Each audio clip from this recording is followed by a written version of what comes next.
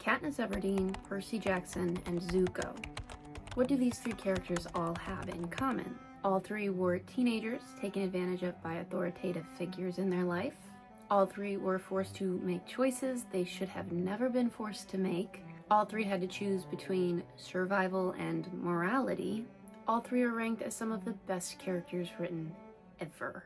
Ding ding ding, if you said any one of those answers, you would be correct. But there's more to it than just that, and in this video I'm about to get into it and explain to you how to write an impactful character like one of the ones I've mentioned, or attempt to. Good luck writing the next teenage heartthrob like Percy Jackson or Prince Zuko, although I was more of a Sokka girl myself. Hi, I'm Mary. I post writing tips, vlogs, and shorts that you might enjoy. I am also a writer working on getting her first novel self-published, so stick around if you're interested in that. I might post more content about it. You might be able to buy it soon. Who knows? Anyway, I don't like to dilly-dally in this abode, so let's get right into it. The first thing I would recommend when it comes to writing impactful characters is to give them a proper motivation. Give them desires and then make them fight for it. So you have to consider what their motivation is going to be. Motivation is essentially why your character does what they do. Why are they going on this quest in search of a legendary magic wand? Why are they pretending to fake date a stranger? It's a great trope, by the way. Why are they enduring difficult circumstances instead of getting the heck out of Dodge? Okay, these are the questions you need to ask when it comes to any one of these characters, character types or whatever, or your characters. Your typical character motivations are something like survival, honor, loyalty. Those would apply to Katniss, Percy, and Zuko. You also have vengeance or revenge if it's a villain motivation, like Anakin Skywalker, Darth Vader. Rejection, curiosity, control, Syndrome, Emily Wilde, Jack from Lord of the Flies. Or unfulfillment, like Ariel. Although Ariel's could also be curiosity. There are more than just these, of course, but these will paint a picture for your reader to understand why your character does what they do. And knowing your character's motivation will help you as you try to write them. It's like following a blueprint. When you're thirsty, you drink a glass of water, but when you run out of water, you go back to the source. That's what a motivation is kind of like. When you don't know what to do with your character, go back to their core values, their core motivations, and go from there. In order for you to do that, you first have to understand who they are at their core. It can get a little bit tricky. I'm not saying it's going to be easy. I'm just saying it helps. Consider giving their characters separate motivations. I'm talking about an intrinsic motivation and an extrinsic motivation, an internal and an external. Intrinsic being the personal desire they have within them, the external being the external reasons for why they do something that comes to them or is applied to them, not coming from within. Look at it this way. A mean girl might have the external motivation to be pretty, popular, cool, while her internal motivation is to be seen as worthy of attention or desirable, maybe even in control of her life, because in the past she's been rejected or abandoned. Now she goes about it in all of the wrong ways. Maybe she doesn't realize her methods are not going to achieve what she actually wants, but she has an external motivation and she might achieve that. She might get the popularity. She might be seen as beautiful. She might be seen as cool, kind of like Regina George. But is she actually getting her internal motivation of being desired, being seen as accepted? Not if she's being mean, but that's how those two motivations can interact. They relate to each other. They are rarely wholly exclusive, while maintaining just enough separation to make her complex. Just give them a motivation that will change their outer circumstances, as well as a motivation that will play into the life lesson of the story. Ideally, a character's motivations will play into their flaw, want, and need, which I do have a video on that topic if you're interested. Check it out. The next thing I would recommend you giving to your characters is to give them a life apart from the main story. Side characters too. A common mistake writers make is isolating their characters because they have a tunnel vision with their story. And I get it, I'm a writer, and you think you must relate everything to what's happening on the page at any given moment. But real people don't live life in increments of pages, and so your characters shouldn't either. Not giving your characters interactions that don't directly play into the plot will create, again, a one-dimensional character and a one-dimensional world. Readers don't want your character to feel like the book that they're in is a cage. They want it to be a big, brand new world which they can step into, one that feels grander than their own. So there has to be life outside of the pages that you have written.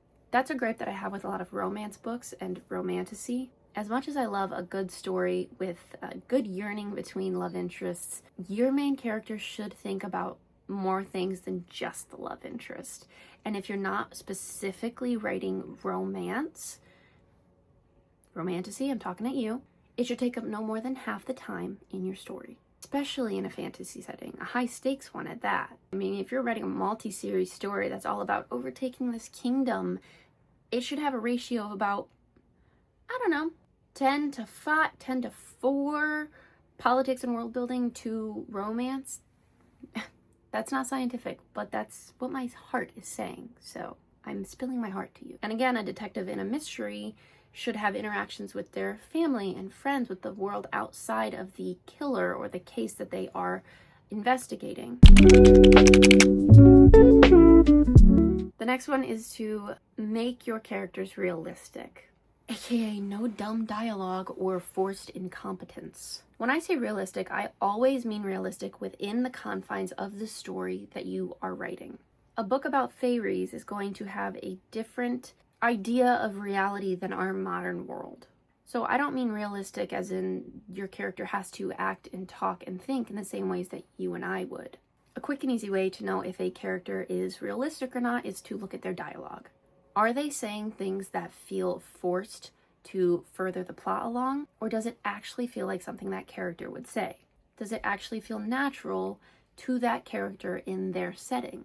Another way is to look at their actions. Are they unnecessarily incompetent or extreme in their mannerisms and their way of thinking, their worldview, compared to the other characters in their story? And lastly, are they consistent? Or are you forcing them to do things that don't align with past choices that they have made simply to force a scene? Realism in your story is something you'll have to figure out on your own. It is specific to every individual story and every individual character. Make sure you, as the writer, aren't forcing them to do things they wouldn't do, nor are you making them do anything extreme without proper reasoning. A lot of writers, they realize once they start writing a story, it starts writing itself because the characters they create snowball into something they weren't expecting. They had in their head this idea of what the story was going to be, and they create this character, but the character doesn't fit that story anymore. It diverges and it starts to create its new story. A better story, because it actually aligns and feels natural to the motivations of the characters and whatnot. You don't want to force something to happen if it's going to make your character seem inconsistent or unnatural. It will draw your reader out of the story. Personally, I disliked Jude from Cruel Prince because I felt like she was not realistic, and I know that's going to ruffle some feathers. You are welcome to your own opinion. Her character to me just felt so concentrated girl boss that I had a hard time justifying some of the choices she was making because I found them inexplicably contradictory. A good rule of thumb is to never make a character do anything without proper reasoning. That's where character motivations come into play. And if you want your character to do something that is maybe opposing to their core character motivation, you can do that. Just give them proper motivation to do so. Give them realistic and understandable reasoning. Don't just do it because you think it would look cool or be cool or because they think the love interest is really, really hot. It needs to be something of substance.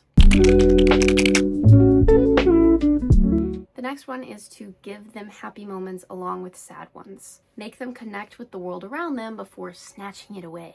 Your story has just opened up. Your main character is in a traumatic car accident with her parents, and the following chapter is the funeral where you see her grieving.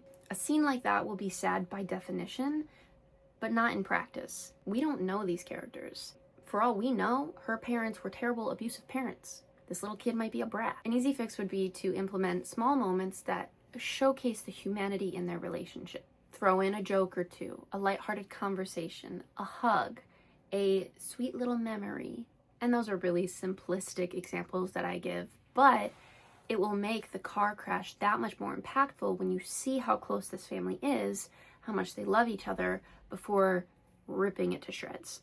You have to first thicken the bond if you want the break to be explosive. Katniss and Prim are set up in the first chapter of the Hunger Games to be ride or dies, okay? Katniss will do anything for her little sister. She resents her mother. There aren't many people she likes. She's very cynical, but Prim has her heart. And without those establishing chapters at the beginning of the book, Prim's reaping would not have been as impactful. And especially Katniss's choice to volunteer in her place would not be quite so heartbreaking, because we wouldn't have seen that bond. Now think about how impactful the end of a story can be if you take your time throughout the entire story to go back and forth between happy moments where your characters are connecting and sad moments, happy moments and tragic moments, okay? When their family member, their friend, their loved one, their dream is ripped away from them, it will be a lot more impactful if you have built some kind of relationship between the characters throughout the story. Remember, contrast creates focus. An entire story that is one bad thing after another is not going to be very fun to read, and your readers will clock out. Same thing with a story that is just happy, happy, happy with a little sad moments here and there. There needs to be high stakes, there needs to be tension, there needs to be some kind of threat looming over the story, looming over every single happy moment, and a shred of hope looming over every single sad moment. Creating that contrast will draw readers in and make your story more complex. And finally, give them a relevant enemy, okay? This one might seem kind of odd, but think of it this way. If you are reading a story about a high schooler who's, I don't know what the story is about. I don't know what the plot is. But their enemy is a generic bully, that's not very interesting. An easy way to fix this would be to give that generic bully some kind of personal connection to the main character. Maybe they have personal history. Something happened when they were little. Maybe their parents have beef, and so the kids feel like they have to take it on themselves. Or maybe the bully sees themselves in the main character or feels threatened by the main character for something specific. Those are some easy ways to fix that problem. There are exceptions like Regina George, who starts out the story as a generic mean girl bully. You don't really know who she is yet. The exception though with her is that her personal history with the main character is created throughout the story, so she doesn't stay generic. You could have every single other thing about your main character written impactfully, beautifully, but if the battle that they fight is not relevant or interesting, it will be a purposeless battle. It'll be hard to get personally invested as the reader because your main character is not personally invested. And you don't have to be very strict with this rule. In fact, I'm sure there are some exceptions you can find where this isn't 100% true. For instance, Katniss's enemy was President Snow. She did not know him personally at the beginning of the story, but he had a hand in her personal life, and as the story progressed, he personally threatened her and her family. It became personal very quickly. So if you don't start out your story with a personal enemy, make sure it becomes personal throughout the story. You don't just want this random gray figure in the distance looming over everyone and being like, oh, that's the big bad guy. Oh, we vanquished him. Who was him? We don't even know who he was. Give them a face, give them a name, give them a purpose, and make them relevant to your main character. So those are the tips I have for writing impactful characters. Let me know what your thoughts are down below in the comments. Character building is one of my favorite things about writing. I'm much more a character-driven author than a plot-driven author. Trust me, I put in buckets of work to make sure my plots are as seamless as I can make them. Okay, it's hard. It is hard. Characters come a lot more naturally to me, but that's okay because we all have our own strengths, right? Like the video if you liked it. Make sure you subscribe if you want more content like this, or if you want something a little more chill. I've been posting more vlogs recently, short form content, which I really enjoy doing. Check all of that out. You can also find me on TikTok and Instagram at Mary Catherine Arnett. That is my full government name. Now you know. But yeah, I'm filming this on Memorial Day. I actually made this shirt myself. I hand sewed the stripes, and all of the stripes and stars are little flowers. I really like it. I just repurposed an old golf shirt that I no longer wore, so I'm quite crafty. Anyway, thanks for watching. Stay creative. Bye.